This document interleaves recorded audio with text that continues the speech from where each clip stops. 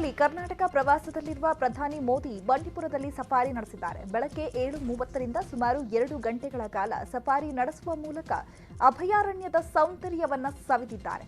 ಸುಮಾರು 22 kilometre Modi safari ನಡೆಸಿದ್ರು. Safari ವೇಳೆ ತಮ್ಮ ಕ್ಯಾಮೆರಾದಲ್ಲಿ ಪ್ರಾಣಿಗಳ ಚಿತ್ರಣಗಳನ್ನ ಸೆರೆ ಹಿಡಿದ್ರು. ಇದಕ್ಕೂ ಮುನ್ನ ಪ್ರಧಾನಿ ಮೋದಿ ಬಂಡೀಪುರದಲ್ಲಿ ಹುಲಿ ಸಂರಕ್ಷಣೆ ಯೋಜನೆಯ ಸುವರ್ಣ ವರ್ಷಾಚರಣೆ ಅಂಗವಾಗಿ ಅಂಚೆ ಚೀಟಿ ಬಿಡುಗಡೆ ಮಾಡಿದ್ರು. ಜೊತೆಗೆ ಅರಣ್ಯ ಸಿಬ್ಬಂದಿ ಜೊತೆ ಸಂವಾದ ನಡೆಸಿದ್ರು. ಇನ್ನು ಹುತಾತ್ಮ ಅರಣ್ಯಾಧಿಕಾರಿಗಳ ಸ್ಮಾರಕಕ್ಕೆ ಮೋದಿ ನಮನ ಸಲ್ಲಿಸಿದ್ರು.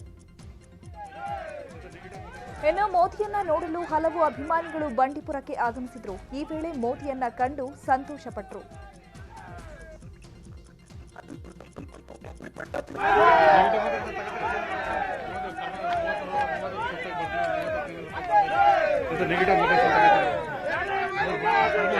ಎಲ್ಲರೂ ಮೋದಿ ಅವ್ರನ್ನ ನೋಡಿ ತುಂಬಾ ಖುಷಿ ಪಟ್ಟಿದ್ದಾರೆ. ತುಂಬಾ ದೂರದಿಂದ ನೋಡಿ ಆದ್ರೂ ತುಂಬಾ ಸಂತೋಷ ಆಗ್ತಾ ಇದೆ. ತುಂಬಾ ಖುಷಿ ಆಗಿದೆ ಸರ್. ಪಕ್ಕ ಕಲಿಯೋಡಳ್ಳಿ ಇಲ್ಲಿಂದ 2 ಕಿಲೋಮೀಟರ್ 1.5 ಕಿಲೋಮೀಟರ್ ಇದೆ. ಪಕ್ಕದೂರು ನಮ್ಮೂರ್ ಪಕ್ಕದಲ್ಲಿ ಬಂದು ಹಿಡಿದಕ್ಕೆ ತುಂಬಾ ಖುಷಿ ಆಗಿದೆ. ಇವತ್ತು ಅವ್ರನ್ನ ನಾವು ಕಣ್ ತುಂಬಾ ನೋಡಿದೀವಿ, ಅಷ್ಟೇ ಖುಷಿ. ಮೋದಿ ಅವರು ನೋಡಿ ಭಾರಿ ಸಂತೋಷವಾಗಿದೆ. ಇದೇ ಲೆಕ್ಕಕಣೀಗ ಸುಮಾರು ಜನ ಪ್ರಧಾನಿಗಳಿಂದಲೂ ಅವ್ರು ಯಾರು ಬಂದಿಲ್ಲ. ಇವ್ರು ಬಂದಿದ್ದು ಭಾರಿ ಸಂತೋಷ ನಮ್ಗೆ. ನರೇಂದ್ರ ಮೋದಿ ಅವರು ಬಂದಿರತಕ್ಕಂಥದ್ದು ಏನ್ ಬೇಡಿಕೆ ಅಂತಂದ್ರೆ ಈ ಒಂದು ಕಾಡು ಇನ್ನೂ ಸಮೃದ್ಧಿಯಾಗಿ ಬೆಳಿಬೇಕು. ಇದಕ್ಕೆ ಬೇಕಾದಂತ ಯೋಜನೆಗಳನ್ನ ನರೇಂದ್ರ ಮೋದಿ ಅವರು ಸಲಹೆ ಸೂಚನೆಗಳನ್ನ ಕೊಡಬೇಕು. ಈ ಕಾಡಂಚಿನಲ್ಲಿರ್ತಕ್ಕಂಥ ವನ್ಯಜೀವಿಗಳ ಒಂದು ಹಾವಳಿ ಏನಿದೆಯಲ್ಲ, ಇದಕ್ಕೆ ತಡೆಯನ್ನ ಒಡ್ಲಿಕ್ಕೆ ಅವರು ಒಂದು ಯೋಜನೆಯನ್ನ ರೂಪಿಸ್ಕೊಡ್ಬೇಕು ಅಂತಕ್ಕಂಥದ್ದು ಮನವಿಯನ್ನ ಪ್ರಧಾನಮಂತ್ರಿ ಅವರ ಹತ್ರ ನಾವು ಇರ್ತಕ್ಕಂಥದ್ದನ್ನ ಯೋಚನೆ ಮಾಡ್ತಾ ಇದ್ದೀವಿ ಸರ್. ನರೇಂದ್ರ ಮೋದಿ ಅವರು ನಮ್ಮ ಕಡೆ ತಿರುಗಿ ಒಂದು ವೇವ್ ಮಾಡಿ ವಿಶ್ ಮಾಡಿದ್ದು ಆ ಕ್ಷಣವನ್ನ ಮರೆಯೋದಕ್ಕೆ ಸಾಧ್ಯವಿಲ್ಲ. ಒಬ್ಬ ದೇಶದ ಪ್ರಧಾನಿ ಮೊಟ್ಟ ಮೊದಲ ಬಾರಿಗೆ ಹುಲಿಗಳ ನಾಡು ನಮ್ಮ ಗುಂಡ್ಲುಪೇಟೆಯ ಬಂಡೀಪುರಕ್ಕೆ ಬಂದಿರತಕ್ಕಂಥದ್ದು ನಮ್ಮ ಸಂತೋಷಕ್ಕೆ ಪಾರವೇ ಇಲ್ಲ. ಇನ್ನು ಪ್ರಧಾನಿ ಮೋದಿ ತಮಿಳುನಾಡಿನ ಮಧುಮಲೈ ಅರಣ್ಯ ಪ್ರದೇಶದ ತೆಪ್ಪಕಾಡು ಆನೆ ಶಿಬಿರಕ್ಕೆ ಭೇಟಿ ಕೊಟ್ಟರು. ಈ ವೇಳೆ ಆನೆಗಳಿಗೆ ಮೋದಿ ಕಬ್ಬನ್ನ ತಿನ್ನಿಸಿದ್ರು. ಅಲ್ಲದೆ ಮಾವುತರ ಜೊತೆ ಪ್ರಧಾನಿ ಸಂವಾದ ನಡೆಸಿದ್ರು. ಬಳಿಕ ದಿ ಎಲಿಫೆಂಟ್ ವಿಸ್ಪರರ್ಸ್ ಸಾಕ್ಷ್ಯ ಚಿತ್ರಕ್ಕೆ ಆಸ್ಕರ್ ಪ್ರಶಸ್ತಿ ಪಡೆದಿದ್ದ ಬೆಳ್ಳಿ ಬೊಮ್ಮ ದಂಪತಿಯನ್ನ ಭೇಟಿ ಮಾಡಿದ್ರು. ದಂಪತಿ ಜೊತೆಗೆ ಫೋಟೋ ಕ್ಲಿಕ್ಕಿಸಿಕೊಂಡ್ರು. ಆನೆ ಮರಿಯನ್ನ ಸಾಕಿ ಬೆಳೆಸಿದ ಬಗ್ಗೆ ಶ್ಲಾಘನೆಯನ್ನ ವ್ಯಕ್ತಪಡಿಸಿದ್ರು.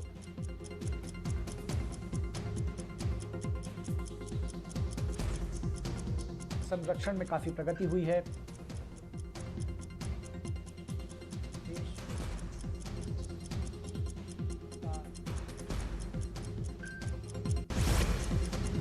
ಬಂಡೀಪುರ ಅಭಯಾರಣ್ಯದ ಸೌಂದರ್ಯವನ್ನ ಪ್ರಧಾನಿ ಮೋದಿ ಸವಿದ್ರು. ಮೋದಿಗೆ ಸಾಥ್ ನೀಡಿದ ಸಫಾರಿ ವಾಹನದ ಜೀಪ್ ಚಾಲಕ ಮಧುಸೂದನ್ ನ್ಯೂಸ್ 18 ಜೊತೆ ಮಾತನಾಡಿದ್ದಾರೆ. ಮೋದಿಯನ್ನ ಸಫಾರಿಗೆ ಕರ್ಕೊಂಡು ಹೋಗಿದ್ದು ನನ್ನ ಅದೃಷ್ಟ ಅಂತ ಹೇಳಿದ್ದಾರೆ. ಬಂಡೀಪುರದಲ್ಲಿ ಸಫಾರಿ ನಡೆದಿದ್ದಾರೆ. ಸುಮಾರು 22 ಕಿಲೋಮೀಟರ್ ಅವರು ಸಫಾರಿ ಹೋಗಿದ್ರು. ಆ ಸಫಾರಿಗೋಸ್ಕರ ಈ ಒಂದು ವಾಹನವನ್ನು ವಿಶೇಷವಾಗಿ ತರಲಾಗಿತ್ತು. ಮೋದಿ ಅವರಿಗೋಸ್ಕರ ಅವರ ಸಫಾರಿಗೋಸ್ಕರ ಒಂದು ವಿಶೇಷವಾಗಿ ತಯಾರು ಮಾಡಲಾಗಿತ್ತು. ಈಗ ನಮ್ಮ ಜೊತೆ ಆ ಒಂದು ಸಾರಥಿ ಏನಿದ್ದಾರೆ, ಈ ಸಫಾರಿಯ ಸಾರಥಿ ಅವರಿದ್ದಾರೆ. ಅವ್ರನ್ನ ಕೇಳೋಣ ಯಾವ ರೀತಿ ಎಕ್ಸ್ಪೀರಿಯನ್ಸ್ ಇತ್ತು ಸರ್, ಯಾವ ರೀತಿ ಎಕ್ಸ್ಪೀರಿಯನ್ಸ್ ಏನು ಅನಿಸ್ತು ನಿಮಗೆ? ತುಂಬಾ ಖುಷಿ ಆಗುತ್ತೆ ಸರ್. ಸಫಾರಿಗೆ ಹೋಗಿದ್ದು ಬಂದು ತುಂಬಾ ಖುಷಿ ಆಗುತ್ತೆ. ಮೋದಿ ಅವರ ಪಕ್ಕದಲ್ಲಿ ಕೂತಿದ್ದು ಹೌದು, ತುಂಬಾ ಖುಷಿ ಆಗುತ್ತೆ. ಇದು ಈ ವಾಹನದ ಸಾರಥಿ ಮಧುಸೂದನ್ ಅವರ ಮತ್ತೆ ತುಂಬಾ ಖುಷಿಯನ್ನು ವ್ಯಕ್ತಪಡಿಸ್ತಾ ಇದ್ದಾರೆ. ಯಾಕಂದ್ರೆ ನರೇಂದ್ರ ಮೋದಿ ಅವರ ಪಕ್ಕದಲ್ಲಿ ಕೂತ್ಕೊಂಡು ಅವ್ರನ್ನ ಸಫಾರಿಯನ್ನು ಕರ್ಕೊಂಡೋಗಿದ್ದು ಮತ್ತೆ ಅವರು ಅಲ್ಲಿ ಪ್ರಾಣಿ ಪಕ್ಷಿಗಳನ್ನು ತೋರಿಸಿರ್ತಕ್ಕಂಥದ್ದು ಅವರಿಗೆ ತುಂಬಾ ಖುಷಿ ಕೊಟ್ಟಿದೆ ಅಂತ ಹೇಳ್ತಾ ಇದ್ದಾರೆ. ಕ್ಯಾಮರಾ ಪರ್ಸನ್ ವಿಶ್ವನಾಥ್ ಜೊತೆ ಸಂಬಂಧಿ ನ್ಯೂಸ್ 18 ಕನ್ನಡ, ಚಾಮರಾಜನಗರ. ಮೈಸೂರಿನಲ್ಲಿ ಹುಲಿ ಸಂರಕ್ಷಣೆ ಯೋಜನೆಯ ಸುವರ್ಣ ವರ್ಷಾಚರಣೆ ಸಮಾರಂಭದಲ್ಲಿ ಪ್ರಧಾನಿ ಮೋದಿ ಭಾಗಿಯಾಗಿದ್ದರು. ಈ ವೇಳೆ 2022ರ ಹುಲಿ ಗಣತಿ ವರದಿಯನ್ನ ಮೋದಿ ರಿಲೀಸ್ ಮಾಡಿದರು.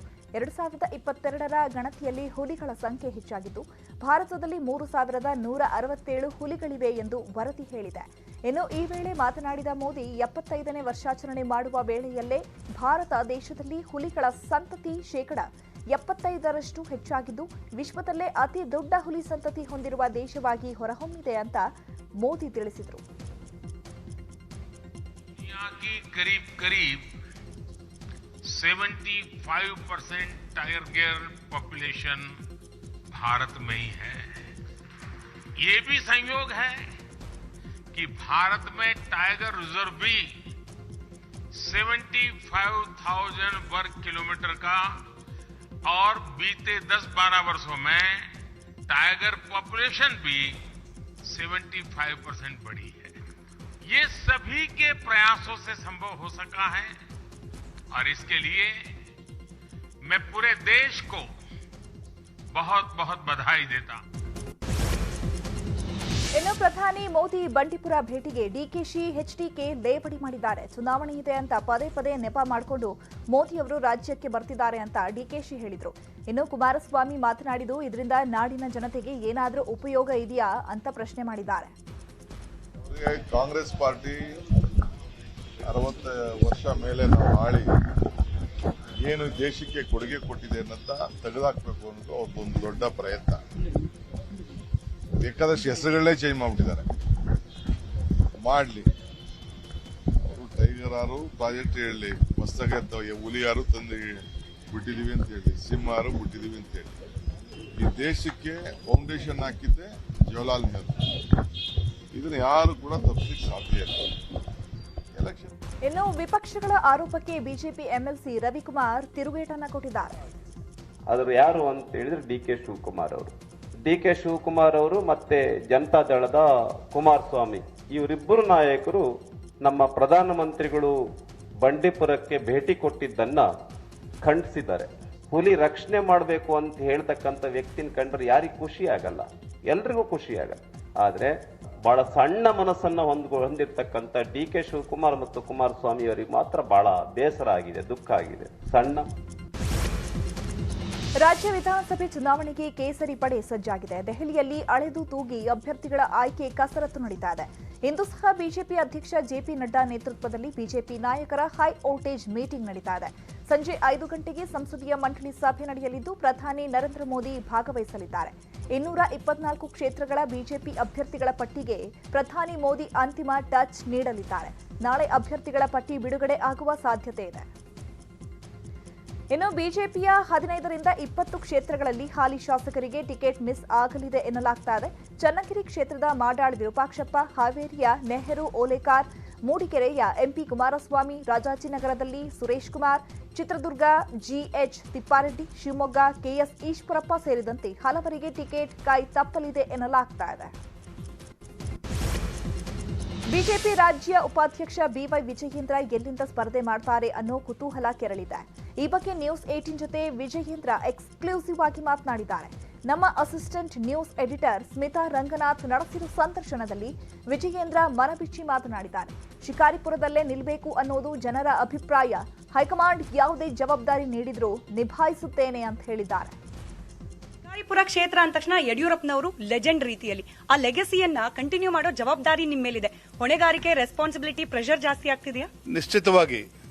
ಕಾರಣ ಅಂತಂದ್ರೆ ಪೂಜ್ಯ ತಂದೆಯವ್ರ ಬಗ್ಗೆ ರಾಜ್ಯದ ಜನ ಹೇಗೆ ಯಡಿಯೂರಪ್ಪನವರ ಒಂದು ನಾಯಕತ್ವದ ಬಗ್ಗೆ ವಿಶ್ವಾಸವನ್ನು ಇಟ್ಕೊಂಡಿದ್ದಾರೋ ಅದಕ್ಕಿಂತ ಹೆಚ್ಚು ನಮ್ಮ ಶಿಕಾರಿಪುರ ತಾಲೂಕಿನ ಜನತೆ, ಕಾರ್ಯಕರ್ತರವ್ರ ಬಗ್ಗೆ ವಿಶ್ವಾಸವನ್ನು ಇಟ್ಕೊಂಡಿರ್ತಕ್ಕಂಥದ್ದು.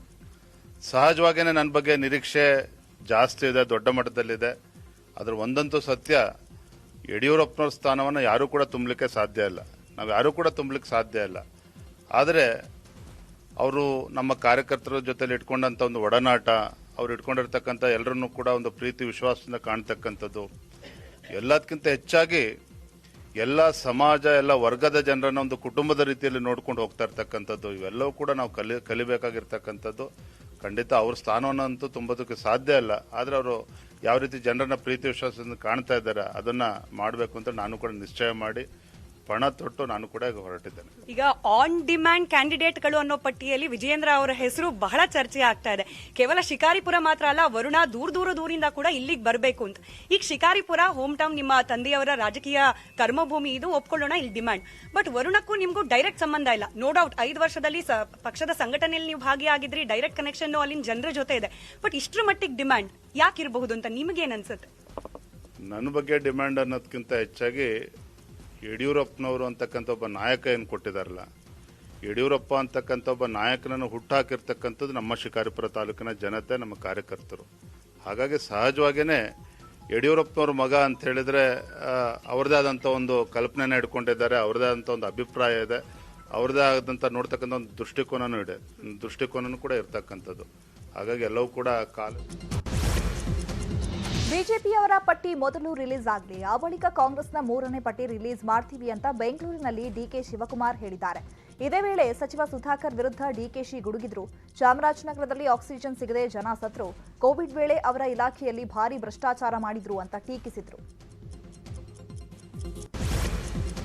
ರಾಜ್ಯ ಕಾಂಗ್ರೆಸ್ನಲ್ಲಿ ಟಿಕೆಟ್ ಬಂಡಾಯ ದಿನೇ ದಿನೇ ಹೆಚ್ಚಾಗ್ತಾ ಇದೆ. ಬೆಂಗಳೂರಿನ ಚಿಕ್ಕಪೇಟೆ ಕ್ಷೇತ್ರದ ಟಿಕೆಟ್ ಆಕಾಂಕ್ಷಿಯಾಗಿರೋ ಆರ್ವಿ ದೇವರಾಜ್ ಕೆಪಿಸಿಸಿ ಅಧ್ಯಕ್ಷ ಡಿಕೆ ಶಿವಕುಮಾರ್ ನಿವಾಸಕ್ಕೆ ಭೇಟಿ ನೀಡಿ ಟಿಕೆಟ್ಗಾಗಿ ಕಸರತ್ತು ನಡೆಸಿದರು. ಇತ್ತ ಮಾಜಿ ಸಚಿವೆ ಮೋಟಮ್ಮ ಸಹ ಡಿಕೆಶಿ ಮನೆಗೆ ಭೇಟಿ ನೀಡಿ ಮೂಡಿಗೆರೆಯಿಂದ ಮಗಳು ನಯನ ಮೋಟಮ್ಮಗೆ ಟಿಕೆಟ್ ನೀಡುವಂತೆ ಮನವಿ ಮಾಡಿದರು. ಕೆಪಿಸಿಸಿ ಕಾರ್ಯಾಧ್ಯಕ್ಷರನ್ನಾಗಿ ಬಿಎನ್ ಚಂದ್ರಪ್ಪ ಅವರನ್ನ ನೇಮಕ ಮಾಡಲಾಗಿದೆ. ಈ ಹಿನ್ನೆಲೆ ಬಿಎನ್ ಚಂದ್ರಪ್ಪ ಡಿಕೆಶಿ ಅವರನ್ನ ಭೇಟಿಯಾಗಿ ಚರ್ಚೆ ನಡೆಸಿದರು. ಚಿಕ್ಕಮಗಳೂರಿನ ಕಡೂರು ಕ್ಷೇತ್ರದ ಕಾಂಗ್ರೆಸ್ ಟಿಕೆಟ್ ಕೈತಪ್ಪಿದ್ದಕ್ಕೆ ವೈಎಸ್ವಿ ದತ್ತ ರೆಬಲ್ ಆಗಿದ್ದಾರೆ. ಕಡೂರು ಪಟ್ಟಣದ ಲಕ್ಷ್ಮೀ ವೆಂಕಟೇಶ್ವರ ಕಲ್ಯಾಣ ಮಂಟಪದಲ್ಲಿ ದತ್ತ ಸ್ವಾಭಿಮಾನಿ ಕಾರ್ಯಕರ್ತರ ಸಭೆ ಕರೆದಿದ್ದು, ಚುನಾವಣೆಗೆ ನಿಲ್ಲಬೇಕಾ ಬೇಡವಾ ಅನ್ನೋದರ ಬಗ್ಗೆ ವೈಎಸ್ವಿ ದತ್ತ ಅಂತಿಮ ತೀರ್ಮಾನ ಕೈಗೊಳ್ಳಲಿದ್ದಾರೆ.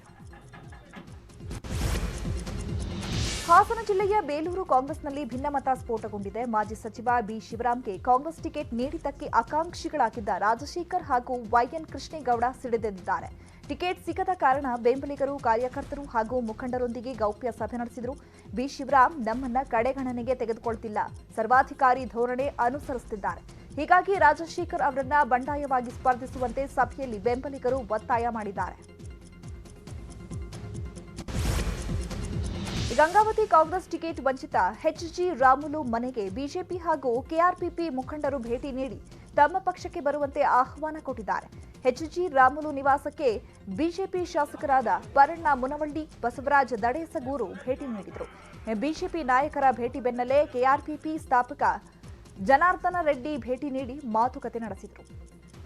ಇನ್ನು ಕಾಂಗ್ರೆಸ್ ಟಿಕೆಟ್ ಸಿಗದಿದ್ದಕ್ಕೆ ಅಸಮಾಧಾನಗೊಂಡಿರೋ ಕಾಂಗ್ರೆಸ್ ಮುಖಂಡ ಎಚ್ಆರ್ ಶ್ರೀನಾಥ್ ಪರ ಪ್ರಣವಾನಂದ ಸ್ವಾಮೀಜಿ ಬ್ಯಾಟ್ ಬೀಸಿದ್ದಾರೆ. ಬಳ್ಳಾರಿ ಮಹಾನಗರ ಪಾಲಿಕೆ ಮಾಜಿ ಮೇಯರ್ ವೆಂಕಟರಮಣ ಕೆಆರ್ಪಿ ಪಕ್ಷಕ್ಕೆ ಸೇರ್ಪಡೆಯಾಗಿದ್ದಾರೆ. ಇದೇ ವೇಳೆ ಕಾಂಗ್ರೆಸ್ ಪಕ್ಷದ 4 ಮಾಜಿ ಕಾರ್ಪೊರೇಟರ್ಗಳು ಸೇರಿದ್ದಾರೆ. ಈ ವೇಳೆ ಮಾತನಾಡಿದ ಕೆಆರ್ಪಿ ಪಕ್ಷದ ಅಭ್ಯರ್ಥಿ ಲಕ್ಷ್ಮೀ ಅರುಣ ಪರೋಕ್ಷವಾಗಿ ಶ್ರೀರಾಮುಲು ರೆಡ್ಡಿ ಸಹೋದರರ ವಿರುದ್ಧ ವಾಗ್ದಾಳಿ ನಡೆಸಿದ್ದಾರೆ. ಕಲಬುರಗಿಯ ಅಫ್ಜಲಪುರ ಕ್ಷೇತ್ರದಲ್ಲಿ ಕಾಂಗ್ರೆಸ್ ಬಂಡಾಯದ ಬೇಗುದಿ ಶಮನವಾಗ್ತಿಲ್ಲ. ಎಂವೈ ಪಾಟೀಲ್ಗೆ ಕಾಂಗ್ರೆಸ್ ಟಿಕೆಟ್ ನೀಡಿದ್ದಕ್ಕೆ ಆಕಾಂಕ್ಷಿಗಳಾದ ಜೆಎಂ ಕೊರಬು, ರಾಜೇಂದ್ರ ಪಾಟೀಲ್, ಮಕ್ಬೂಲ್ ಪಾಟೀಲ್ ಬಹಿರಂಗ ಸಭೆ ನಡೆಸಿ ಬಂಡಾಯದ ಬಾವುಟ ಹಾರಿಸಿದ್ದಾರೆ. ಹಾಸನ ಜಿಲ್ಲೆಯ ಅರಸೀಕೆರೆ ಕ್ಷೇತ್ರದ ಮಾಜಿ ಶಾಸಕ ಕೆಎಂ ಶಿವಲಿಂಗೇಗೌಡ ಇಂದು ಅಧಿಕೃತವಾಗಿ ಕಾಂಗ್ರೆಸ್ ಸೇರ್ಪಡೆಯಾಗಲಿದ್ದಾರೆ. ಈಗಾಗಲೇ ಜೆಡಿಎಸ್ನಿಂದ ಹೊರಬಂದಿರೋ ಶಿವಲಿಂಗೇಗೌಡ ಶಕ್ತಿ ಪ್ರದರ್ಶನಕ್ಕೆ ಮುಂದಾಗಿದ್ದಾರೆ.